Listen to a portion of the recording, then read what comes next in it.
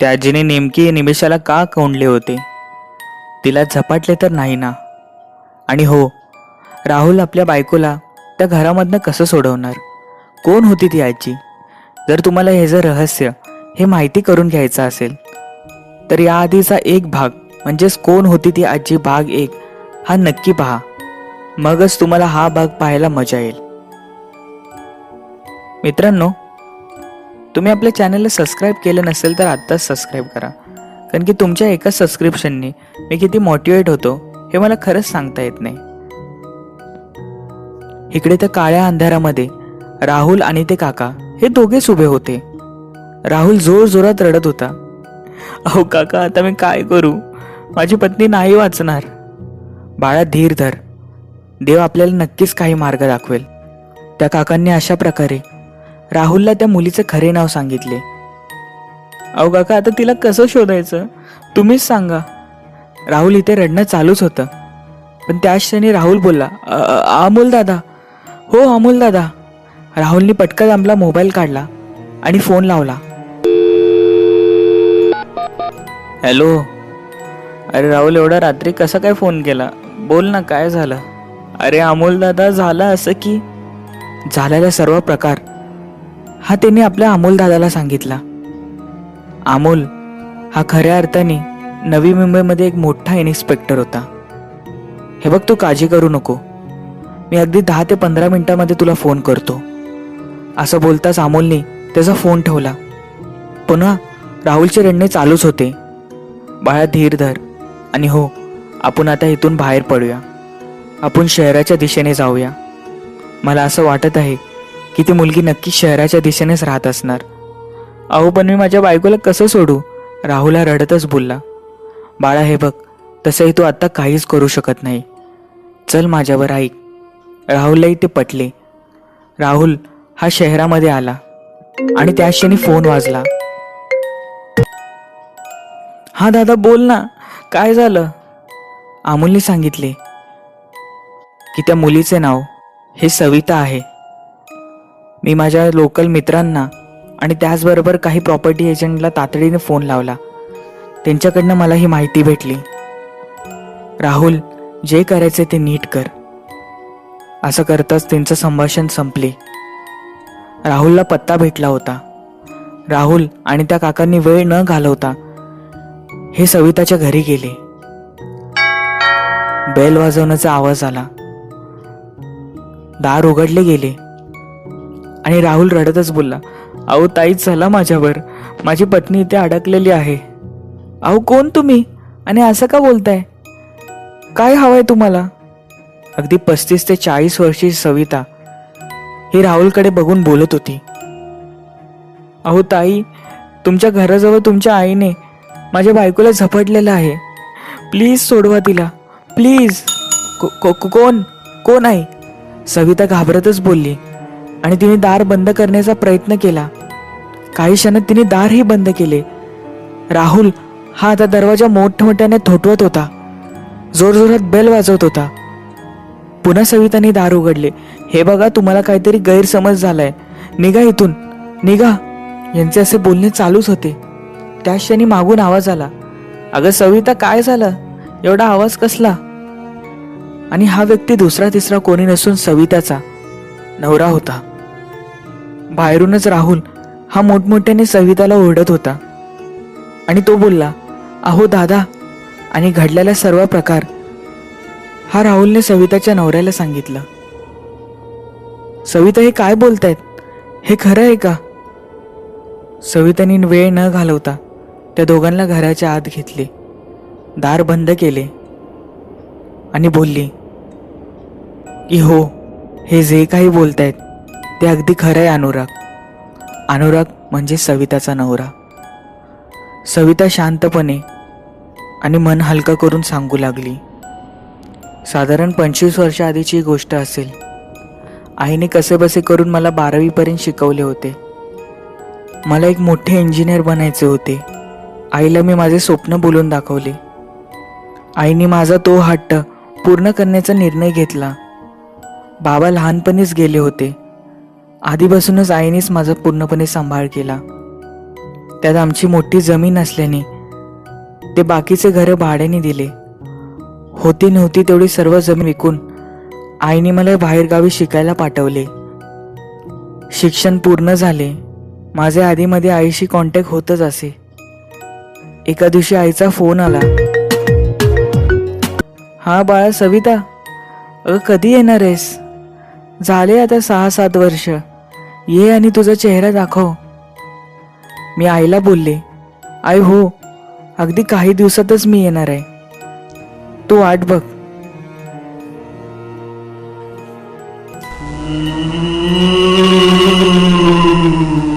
साधारण काही दिवस गेले असतील. आईचा फोन आला. अगं बाळा, कधी येणार आहेस? ये लवकर, तुझी वाट बघते मी. आईला मी उत्तर देतच होते. दिवसाचे महिने झाले, महिन्याचे 6 महिने आणि त्याचेच वर्ष झाले. बघता बघता 1, 2, 3 वर्ष गेला. आईचे प्रश्न विचारणे चालूच होते. आईचे वय देखील वाढले होते. आईला मी असेच उत्तर देत होते. इकडे आपले लग्न देखील झाले होते.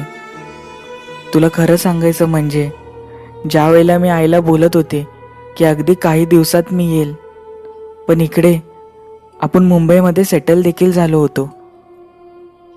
काही दिवसांनी आईचा मला फोन आला.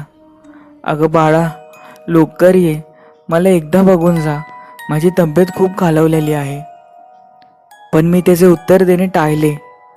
त्या क्षणी मी फोन ठेवला. त्यानंतर मला कधीही फोन आला नाही. काही दिवसांनी मी विचारपूस केली तर मला असे समजले की ती आई शेवटपर्यंत माझी वाट पाहत होती, पण मी याची टाळाटाळ केली. आणि म्हणूनच कदाचित तिने निमिषाला झपाटलेला आहे. ती माझीच वाट बघत आहे. असं बोलता सविता जोरजोरात रडू लागली. अहो, पण तुमच्या या चुकीची शिक्षा माझ्या निमिषाला कशाला? प्लीज वाचवा. नाही, मी तिथे आता येणार नाही. मला परिणाम माहिती काय होणार. सविता ही रडतच बोलत होती. सविता ढसाढसा रडू लागली. पण अनुराग बोलला, सविता, जे काही झालं त्यात चूक तुझीच आहे. ह्याचा पश्चाताप आणि प्रायश्चित तुला केलाच पाहिजे. सविता, चल माझ्यावर. सविता ही मनातून खचली होती, पण अनुरागने तिला धीर दिला. काही वेळाने हे सगळे घराजवळ आले. तेवढ्यातच राहुलला एक कॉल आला. तो कॉल अमोलचा होता. अमोलने सांगितले की मी माझ्या ओळखीच्या मांत्रिकला तिथे पाठवलेलं आहे. अमोलने हे एक अगदी चांगले काम केले होते. आता हे 5 जण भेटले होते. हे घराच्या बाहेरच उभे होते. सविताचे रडणे चालूच होते. त्या मांत्रिक बोलला की मी हे काही मंत्र उपचार करेल, पण मला तुमची साथ हवी आहे. सगळ्यांनी होकार दिला आणि हळूहळू करून ते त्या घराजवळ जाऊ लागले. काका ऐका, तुम्ही आता आमच्यावर इथे नका येऊ. तुम्ही आमची खूप मदत केलेली आहे. काका, आमच्यामुळे तुमचे प्राण आम्हाला संकटात नाही घालवायचे आहेत. राहुल त्या काकांना हा रडतच बोलला. पण बाळा, अरे काका, नाही हो. जर उद्या आमचं काही बरं वाईट झालं तर तुम्हीच ही बातमी आमच्या बाकी मंडळींपर्यंत देऊ शकाल. काका, तुमचे हात जोडतो. काकांनी त्यात होकार दिला. आता हे 4 म्हणजेच अनुराग, सविता, तो मांत्रिक आणि राहुल हे त्या घरासमोर येऊन थांबले. मांत्रिक काही मंत्र उपचार करू लागला आणि हळूहळू ते दार हे स्वतःहून उघडले गेले. सगळे एक एक करून त्या घरा आतमध्ये गेले. घरामध्ये पूर्णपणे अंधार पसरला होता. अनुरागने आपल्या मोबाईलची टॉर्च काढली आणि इकडे काही भेटते का हे शोधू लागला. निमिषा, निमिषा, कुठे आहेस तू? राहुल हा बोलत होता. राहुल आपल्या पत्नीला शोधत होता. राहुलचे हे बोलणे चालूच होते आणि अचानकच दार बंद होण्याचा आवाज आला आणि इकडे लाईट पेटली. मांत्रिक यावेळेला चांगलाच घामाने फणफणत होता. सविताची काय परिस्थिती असेल हे तिला वेगळं सांगायला नको. अगं निमिषा, कुठं आहेस? हळूहळू हे सगळे आत जाऊ लागले. एका खोलीचा दार हा स्वतःहून उघडला आणि अंधारामधनं एक सावली बाहेर येऊ लागली. तिने तिचे हात हे कमरेवर टेकवले होते. एक मोठी काठी घेऊन हळूहळू करून बाहेर येत होती. या चौघांनी जे बघितले ते बघून राहुलला आणि या चौघांना आश्चर्य वाटले. राहुल जोरात ओरडला, निमिषा! कारण की निमिषाने त्या आजीची साडी घातली होती. अगदी तिच्यासारखीच वाकली होती. हातामध्ये काठी घेऊन हळूहळू करून यांच्या दिशेने येत होती. निमिषा, काय अवतार केलायस? चल इकडून. राहुल एक एक पावलं निमिषाच्या जवळ टाकतच होता. तेवढाच एक न कळत झटका राहुलला बसला. राहुल लांब हवेत उडला गेला आणि बाजूला फेकला गेला. मांत्रिकांनी वेळ न घालवता मंत्र बोलायला चालू केले. ए थांब थांब बोलते ना. निमिषाच्या तोंडातून एक किळसवाणी आवाज आला. ते मंत्र बोलणं बंद कर, नाहीतर. अरे बाई, कशाला त्या पोरीला झपटलायस? सोड तिला. तुझी काय अधुरी इच्छा असेल तर ती सांग, आम्ही ती पूर्ण करतो. मांत्रिकाने असे प्रश्न विचारले. तसाच आवाज आला. माझी अधुरी इच्छा आहे या सविताचा जीव घ्यायचा. किळसवाणी आवाज हा निमिषाच्या तोंडातून पडत होता. पण सर्वांनाच माहीत होते की ही निमिषा नसून ती आजी आहे. अनुराग शांतपणे सगळं ऐकत होता. अनुरागची बोबडी वळाली होती आणि सविता खाली बसून जोर जोरात रडत होती. राहुलला काहीच समजत नव्हते. राहुल पुन्हा उठला आणि बोलू लागला, अहो मी तुमच्या पाया पडतो, माझ्या बायकोला सोडा. तिला का झपडलंय? ए शांत बस. या सविताचा तर जीव घेईलच आणि या निमिषाचा पण घेईल. हिच्यामुळे माझं वाटोळ झालं. वाक्य त्या आजीने बोललेच होते आणि अगद्या काही क्षणात त्या आजीने निमिषाच्या गळ्यावर स्वतःने वार केला. सुदैवाने तो वार जास्त मोठा नव्हता आणि हळूहळू करून ती सविताच्या दिशेने जाऊ लागली. अहो मला माफ करा आई, माझी चूक झाली. अनुराग आपल्या पत्नीच्या दिशेने वाचवायला तिच्याकडे जात होता. निमिषाचीच म्हणजेच त्या आजीची नजर ही नकळत अनुरागकडे गेली आणि अनुराग देखील राहुल सारखाच लांब फेकला गेला. इकडे तो मांत्रिक हा गडबडीमध्ये उठला आणि एका धाग्याकडे बघून मंत्र जपू लागला. त्या आजीने म्हणजेच निमिषाने आपल्या हाताच्या जोरावर सविताला जोरात उचलली आणि तिचा गळा दाबू लागली. अहो सोडा मला, माझी चूक झाली, सोडा. हे बोलणं पूर्ण झालंच होतं तसंच सविताला जोरात जमिनीवर आपटली आणि तिच्या शरीरावर बसून जोर जोराने गळा दाबून आजी हसत होती. आजी म्हणजेच निमिषा पूर्णपणे पांढरी पडली होती. तिचे डोळे क्रोधाने लाल झाले होते. असे वाटत होते की इथे मोठा प्रलय येणार आहे. घर हे मोठमोठ्याने हालत होते. सोडा मला. सविता हळूहळू करून आपले श्वास हे कमी होतच बोलत होते. असं वाटत होतं कोणत्याही क्षणी सविताचा जीव जाईल आणि आजीचा तो बदला पूर्ण होईल. पण अचानकच आवाज आला. ठीक आहे, घ्या तिचा जीव, नक्की घ्या. आजीने नजर उजवीकडे वळवली आणि तिने पाहिले की अनुराग हा उठून आजीला काहीतरी बोलत आहे. अनुराग बोलला, घ्या तिचा जीव, हमखास घ्या. वाटल्यास आमच्या तिघांचाही जीव घ्या. पण ही खरंच ती आजी आहे का जिला कुणाचे दुःख नाही बघवायचे? ही खरंच ती आजी आहे का जी सविताचा तर लाड करत होतीच, पण आजूबाजूच्या वस्तीतल्या मुलांचा पण लाड करत होती? ही खरंच ती आजी आहे का? जिला कुणाचे दुःख नाही बघवायचे.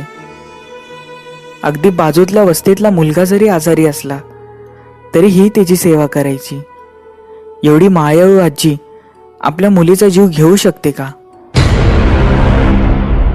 हा प्रश्न ऐकताच आजी देखील खोळंबल्या. पण मी हिला सोडणार नाही.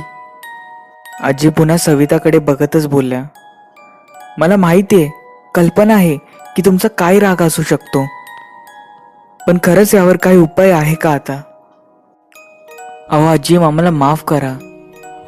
अनुराग हा रडतच आता बोलू लागला. सविताची खूप मोठी चूक झाली, खूप म्हणजे खूप. ह्याचं प्रायश्चित कदाचित आम्हाला नाही करता येणार. अनुराग गुडघ्यावर बसला आणि आपल्या पत्नीच्या जीवाची भीक मागू लागला. तेवढ्यात राहुल उठून बोलला, आजी, मला माहित आहे की तुम्ही मनाने असे नव्हता. तुम्हालाही खरं सांगू तर निमिषाला त्रास द्यायला नाही आवडत. आजी, तुम्ही या सविताचा जीव घ्याल, पण तुमच्या या क्रोधामुळे आणि तुमच्या या बदल्यामुळे कदाचित निमिषाचा पण जीव जाईल. तुम्हाला आजी चालेल का? हा प्रश्न ऐकताच जी निमिषा ही शरीराने पांढरी पडली होती, हळूहळू करून तिच्या पुनर्रंगामध्ये येऊ लागली.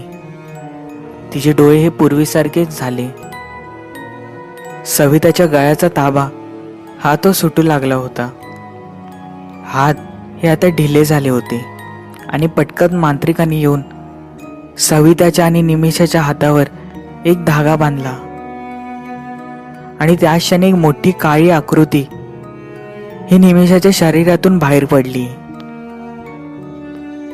ती आकृती अगदी स्पष्ट दिसत होती की ही त्या आजीची आहे. सविता, निमिषा हे बेशुद्धीच्या अवस्थेत आले होत्या. सविता कशीबशी उठली आणि ती त्या आकृतीकडे बघू लागली. ती आजीची आकृती एक टक करून सविताकडे बघत होती आणि एक हास्यात येत होती. काही वेळाने पूर्ण घरामध्ये हा पांढरा धूर पसरला. धूर काही वेळाने गेला. या घरामध्ये एक शांतता जाणवत होती. राहुल आणि अनुराग कसेबसे दोघे उठले. मांत्रिक हे सर्व दृश्य बघून आश्चर्य होता आणि त्या क्षणी दरवाजा उघडण्याचा आवाज आला. निमिषा इकडे बेशुद्ध पडली होती. राहुलने निमिषाला उचलले आणि बाहेर घेऊन आला. बाहेर ते काका वाट पाहत होते. काकांनी निमिषाकडे बघितले आणि त्यांच्या चेहऱ्यावर एक हास्य आले. ते हास्य समाधानाचे होते.